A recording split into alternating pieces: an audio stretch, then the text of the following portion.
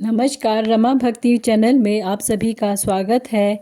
आज मैं आपको चैत्र मास की पाप मोचनी एकादशी की कथा सुनाने जा रही हूँ। उससे पहले मेरी आपसे अनुरोध है कि आप मेरे रमा भक्ति चैनल को लाइक करें, सब्सक्राइब करें और शेयर करें। यूँ तो सभी एकादशियों के व्रत पापों को समाप्त करके अनंत पुण्य प्रदान करते हैं, परंतु चैत्र मास के कृष्ण पक्ष की इस एकादशी का व्रत तो जन्म जन्मांतरों के पाप को नष्ट कर देता है। सभी प्रकार की समृद्धि, सुख और अंत में मोक्ष प्रदायक इस एकादशी को भगवान विष्णु की पूजा आराधना करने का शास्त्रीय विधान है और इसके अनेकों लाभ हैं। यही जानकर धर्मराज युधिष्ठिर बोले, हे भगवान, मैंने फाल्गुन मास की शुक्ल पक्ष की एकादशी का महात्म्य सुना। अब आप चैत्र मास के कृष्ण पक्ष की एकादशी के बारे में बतलाइए। इस एकादशी का नाम क्या है और इनमें कौन से देवता की पूजा की जाती है तथा इसकी विधि क्या है, सो सब विस्तार पूर्वक कहिए। श्री कृष्ण भगवान बोले कि हे राजन, एक समय मानधाता ने लोमश ऋषि से पूछा था कि हे मुनि, चैत्र मास के शुक्ल पक्ष की एकादशी का क्या नाम है तथा उसकी विधि क्या है, सो सब पूरी तरह से कहिए।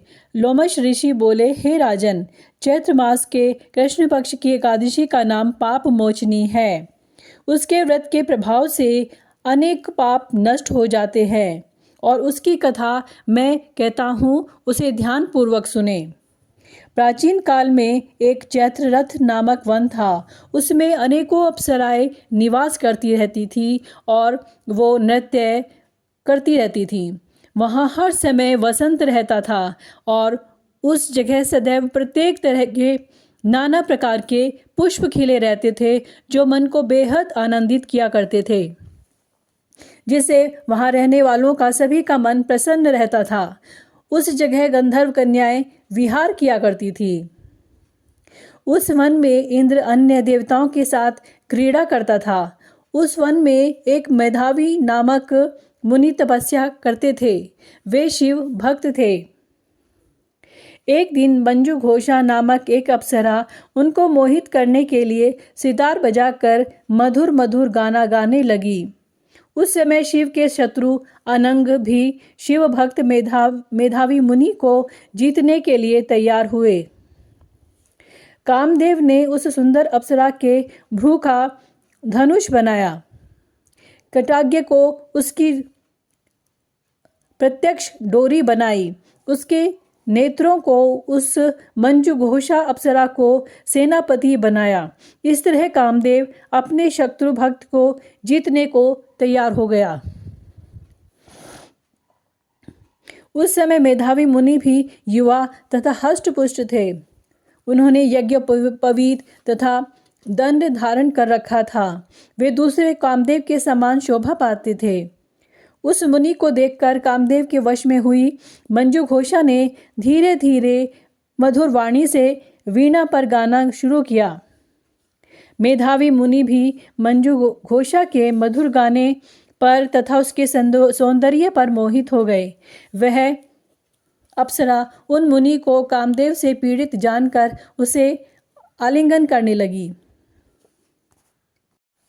वह मुनि उसके सौंदर्य पर मोहित होकर शिव रहस्य को भूल गए और काम वशीभूत होकर उसके साथ रमण करने लगे।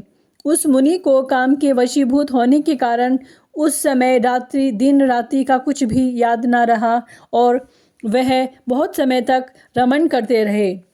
एक दिन मंजू घोषा उस मुनि से बोली कि हे मुनि, अब मुझे बहुत अधिक समय हो गया है, स्वर्ग जाने की आज्ञा दीजिए।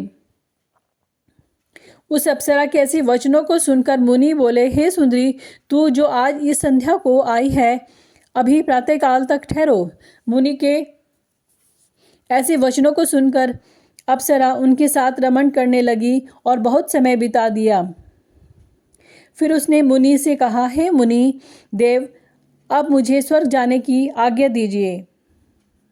मुनि फिर बोले, अभी तो ज़्यादा समय नहीं हुआ है, अभी कुछ और देर ठहरो। इस पर वह अप्सरा बोली, हे मुनि, आपकी रात्रि तो बहुत लंबी है। अब आप सोचिए कि मुझे आपके पास आए कितना समय हो गया। उस अप्सरा के वचनों को सुनकर मुनि को ज्ञान हुआ और समय का विचार करने लगे। जब रमण करने से उसका प्रमाण 57 साल और 7 महीने और 3 दिन ज्ञात हुआ, तो उस अप्सरा को काल का रूप समझने लगे। वह महान क्रोधित हुए और उस तप नाश करने वाली अप्सरा की ओर देखने लगे। उनके अधर कांपने लगे और इंद्रियां व्याकुल होने लगी। तब मुनि उस अप्सरा से बोले, हे दुष्ट, मेरे तप को नष्ट करने वाली तू अब मेरे श्राप से पिशाचनी हो जा। तू महान पापिन और दुराचारिणी है, तुझे धिक्कार है। उस मुनि के क्रोध युद्ध श्राप से वह पिशाचनी हो गई। तब वह बोली, हे मुनि, अब मुझ पर क्रोध का त्याग कर प्रसन्न हो जाओ और इस श्राप का निवारण कीजिए। विद्वानों ने कहा है कि साधुओं की संगत अच्छा फल देने वाली है, इसलिए आपके साथ में मेरे तो बहुत वर्ष व्यतीत हुए हैं। अतः अब आप मुझ पर प्रसन्न हो जाइए। तब मुनि को कुछ शांति मिली और उस पिशाचिनी से बोले, री दुष्टे, तूने मेरा बहुत बड़ा बुरा किया है, परंतु फिर भी मैं श्राप से छूटने का उपाय बतलाता हूँ। चैत्र मास के कृष्ण पक्ष की जो एकादशी है उसका नाम पाप मोचनी है। उस एकादशी को व्रत करने से तू पिशाचिनी की देह से छूट जाएगी। इस प्रकार मुनि ने उसको समस्त विधि बतला दी और अपने पापों के प्रायश्चित के लिए अपने पिता च्वन ऋषि के पास गए। च्वन ऋषि अपने पुत्र मेधावी को देखकर बोले, अरे पुत्र, यह तूने क्या किया? तेरे समस्त तप नष्ट हो गए हैं। मेधावी बोले, हे पिताजी, मैंने बहुत बड़ा पाप किया है, आप उनसे छूटने का उपाय बतलाइए। च्वन ऋषि बोले, हे तात, चैत्र मास के कृष्ण पक्ष की पाप मोचनी नाम की एकादशी की विधि तथा भक्ति पूर्वक करो, उसे तुम्हारे समस्त पाप नष्ट हो जाएंगे। पिता के वचनों को सुनकर मेधावी ऋषि ने पाप मोचनी एकादशी का विधि पूर्वक उपवास किया और उसके प्रभाव से उनके समस्त पाप नष्ट हो गए। मंजू घोषा अप्सरा भी पाप मोचनी एकादशी का व्रत करने से पिशाचिनी की देह से छूट गई और सुंदर रूप धारण करके स्वर्गलोक को चली गई। लोमश मुनि बोले, हे राजन, इस पाप मोचनी एकादशी के प्रभाव से सब पाप नष्ट हो जाते हैं। इस एकादशी की कथा के श्रवण व पढ़ने से 1000 गौदान का फल मिलता है।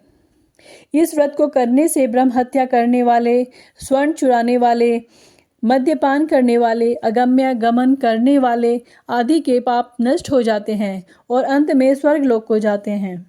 इस प्रकार इस एकादशी की कथा समाप्त होती है और आपसे अनुरोध है कि कमेंट में जय विष्णु भगवान की ज़रूर लिखें। धन्यवाद।